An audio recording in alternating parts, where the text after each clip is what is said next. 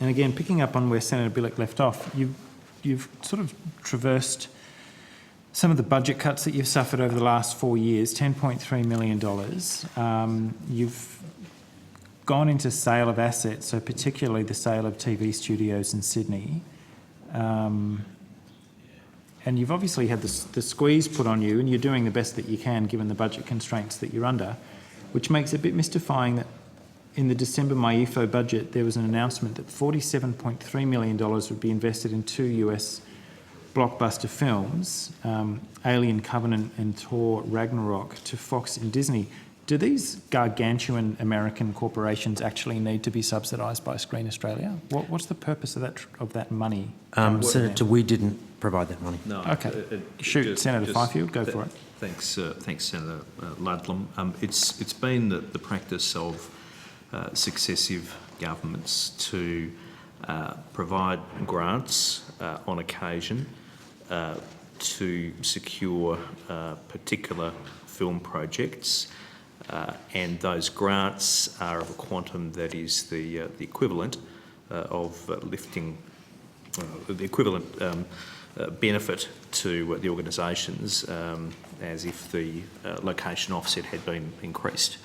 That's what happened in relation to these 2 projects, and MyEFO indicated that there was funding identified for them.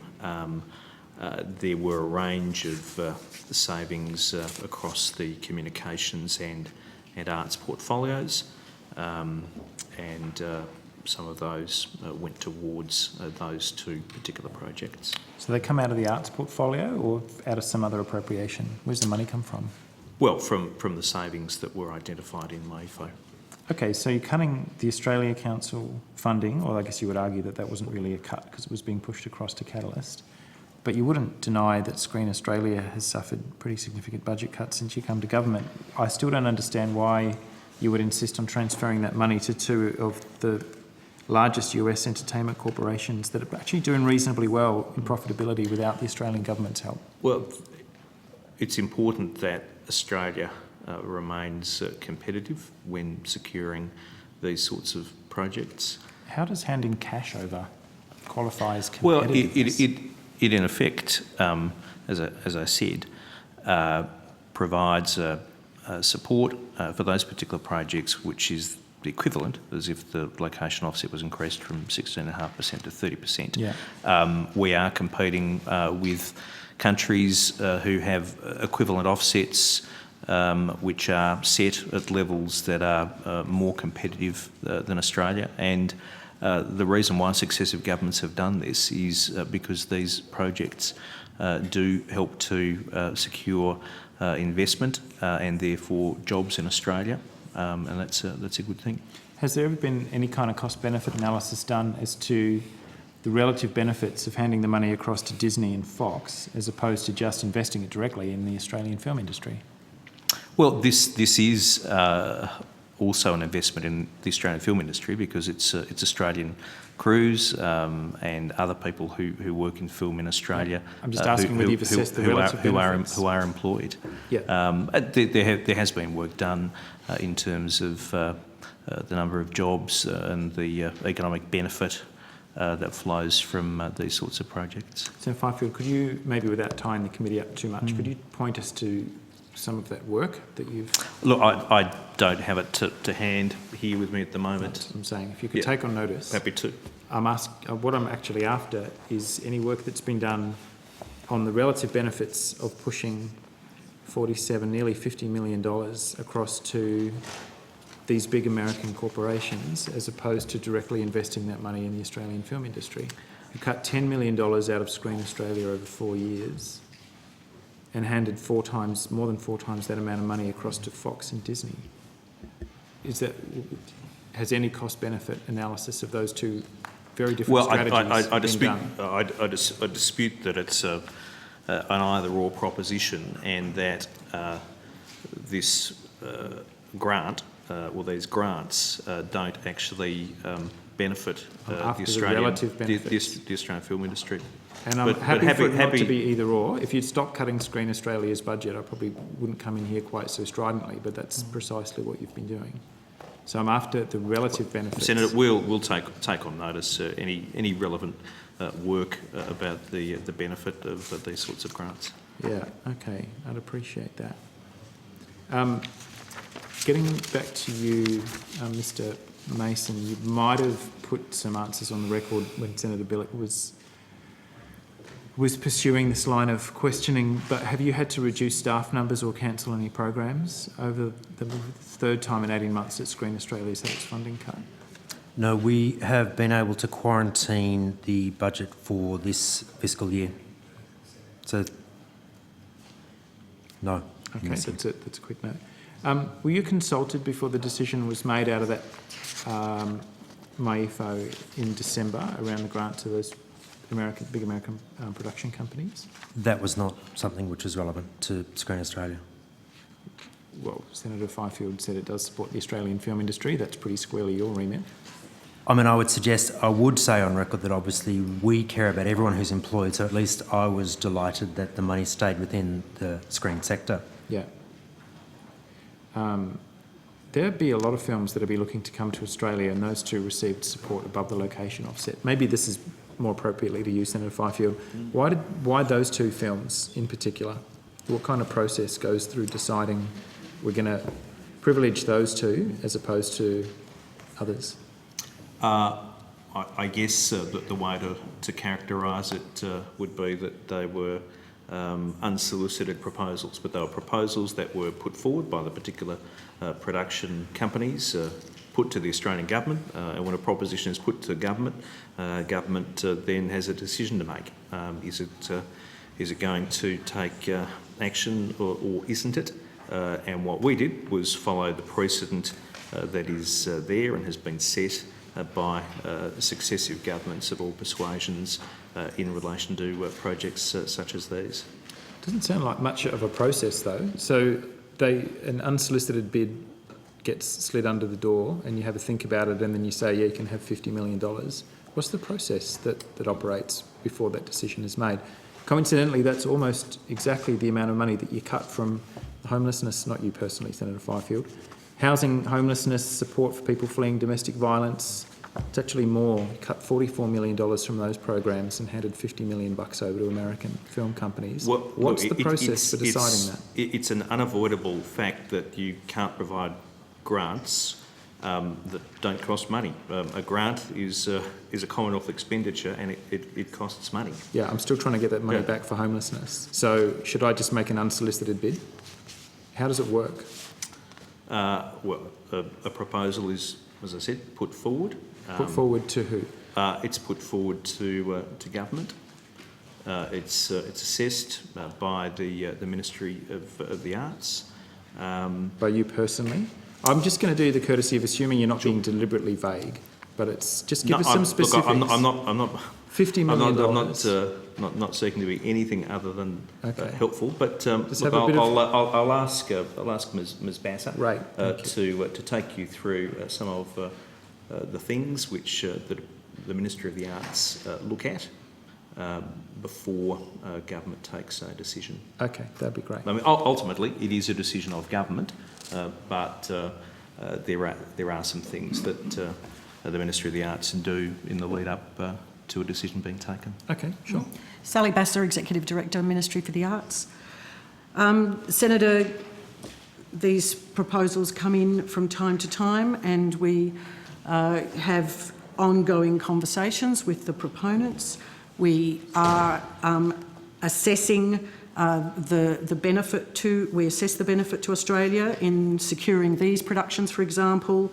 That will provide over $300 million in offshore expenditure that will be injected into the Australian economy.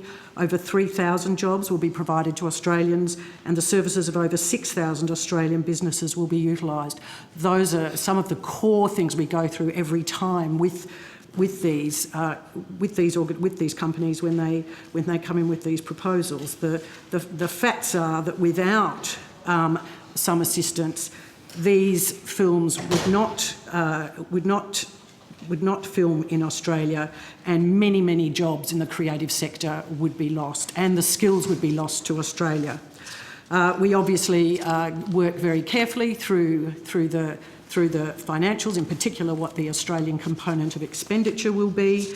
And in the end, as the Minister has said, these are decisions for government, but these are important. These are important for an area such as the Gold Coast, where they provide a huge amount of employment for local companies, for carpenters, electricians, for creatives. They also involve Australian artists involved in the films. So it is that this is investing in the screen sector, and those are many of the aspects that we look at as part of the assessing the proposals. And Senator, these are highly footloose production which will go anywhere in the world. At any given time in Australia, the production industry in Australia is working on both local and international productions. So there's sort of two sides of the production coin in Australia. What they also do is expand the skills of Australian artists and filmmakers and people like visual effects people by getting them to work on huge international productions which they may not have the opportunity. So there's a lot of skills transfer as well into the Australian industry. So as Ms Bassett said, these are the types of things that we look at, of the benefits to the industry, benefits to the economy, jobs and investment in Australia.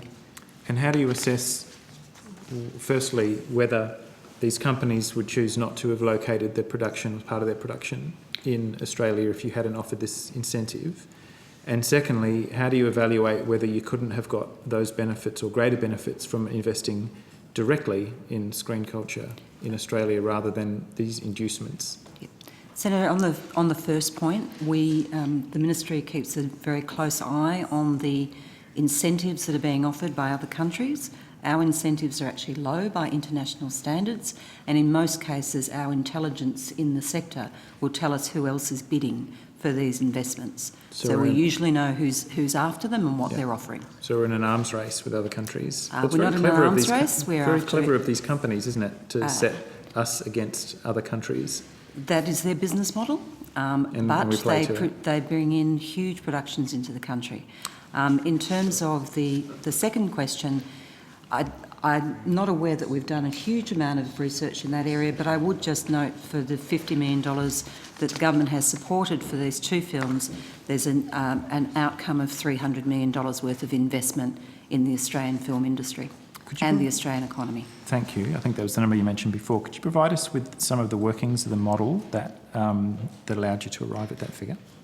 I'm not sure. We can take that on notice for you, Senator. Yeah, just be keen to know. It sounds as though there's been no benchmarking against how that money could otherwise have been spent, but it'd be good to know at least how you worked the 3,000. Happy to take that on notice, Senator. Or whatever your multiple was. I think it was 6-1 or something. Yep. Yeah, okay.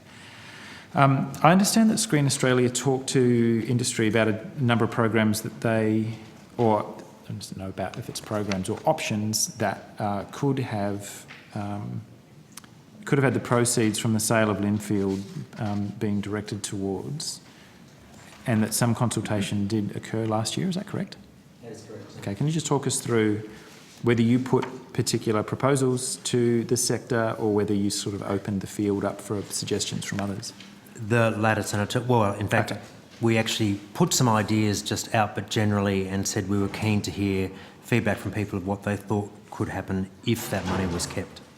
If what, sorry? If that money had been... If it had been kept, okay. And what was maybe I should just check your website, but is there a summary of that consultation process and its outcomes? I don't believe so. There is, Senator. But okay. But you did go out to the market to find out what people were after? It was part of a road tour that we do try and do at least once a year to all the states and territories, and at that presentation we just asked people for ideas on what could happen with that money. Okay. And did the proposition of handing $50 million over to Fox and Disney come in high in the list of people's priorities? Senator, I don't think that was on people's awareness. Or maybe I'm being a little bit tongue-in-cheek. What was the general character of proposals for how that money could have been invested locally? There was a variety. Some of the things that we had looked at were increasing the Indigenous, particularly the Songlines Initiative. Okay. But there were things about how to increase businesses, so how to increase sustainability, which is one of the things the ministry is talking about. So obviously there's a lot of support that we give directly to producers, directors and writers, but there isn't as much that we do to face up to crew and facilities houses. Yeah, right. So that is one of the key benefits of something like this. Was it a good consultation? Did it feel as though you had decent participation and a range of good ideas? There was some response to us, but it wasn't inundated. Okay. But you said you kind of packaged that up with your regular annual consultations where you go... We did. And Yeah. Senator, I could certainly provide you with what the ideas were that we put in that public presentation. What I'm wondering is whether you provided those ideas to Senator Fifield and whether they formed part of your decision-making or whether this is just something that's appeared from somewhere else. Whether what specific from somewhere else? Screen Australia went to the sector last year and sought advice on what they thought $50 million or whatever the amount was from that sale could be used for. Did that consultation form part of your decision-making process or anybody's decision-making process before this money was handed off to these production houses? Well, Senator, I can't really add to the fact that the grants for these two projects was a decision of government. Well, you could add to it by just giving me a yes or a no on a reasonably simple question. And the savings measures which are in my EFO were decisions of government. Yeah. Were those decisions informed by the work that Screen Australia had done in a few months prior, seeking feedback from the sector? There's a range of sources of advice that go to government when government makes its decisions. And was that one of the sources? And we don't usually comment on what sources of advice are, and I can't really add to. I'm going to take saying, this as a no because you'd have no reason to be obfuscating if you'd had material to hand. It's just when it comes to decisions in MyFo and budget, what we say is that they are decisions of government. No wonder people are a little bit sceptical. I'll leave it there, Chair. Thank you. Thank you very much.